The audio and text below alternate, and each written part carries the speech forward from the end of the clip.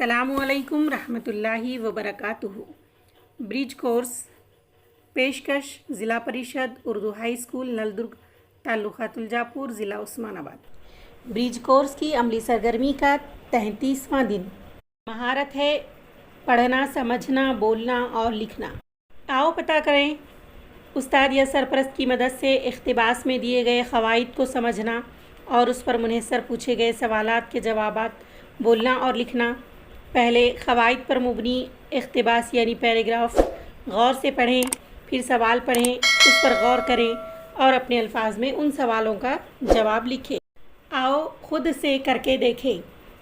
प्यारे बच्चों, यहाँ पर आपको एक इख्तिबास दिया गया है और उसमें आज आपको इसमें कैफियत के बारे में सीखना है। चलिए देखते हैं इसमें कैफियत क्या है। प्यारे बच्चों, आपको इस्म तो मालूम ही है। इस्म कहते हैं किसी चीज़, शख्स या जगह के नाम को। अब कैफियत किसे कहते हैं ये देखेंगे। आइए हम पढ़ते हैं। दर्ज बाला जुमलों में ख़त कशीदा लफ्ज़ों पर तवज्जो दीजिए।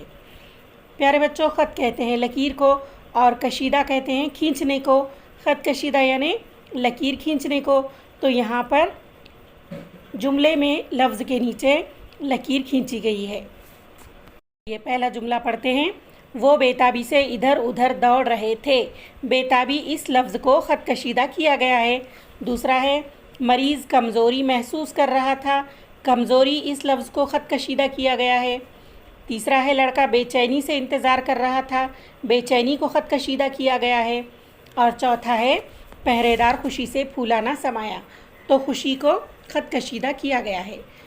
तो प्यारे बच्चों, हमने देखा कि जो अल्फाज के नीचे ख़त कशीदा किया गया है वो अल्फाज किसी भी शख्स के या इस्मों की हालत है।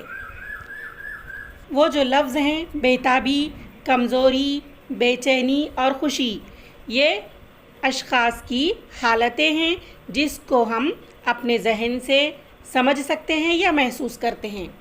तो इसको हम इसमें कैफियत कहते हैं।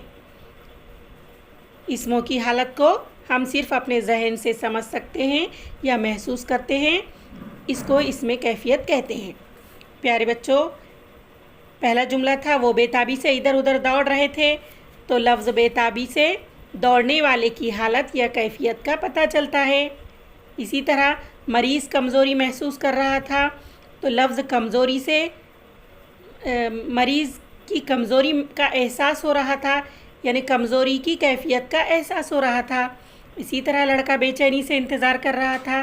तो लड़के के अंदर उसकी हालत बेचैनी की थी, ये हमको महसूस हो रहा था।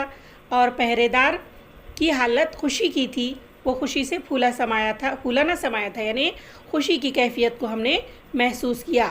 तो हम किसी के भी चेहरे और हाथ पाँव की हरकत से उसकी हालत या उसकी कैफियत को जान लेते हैं।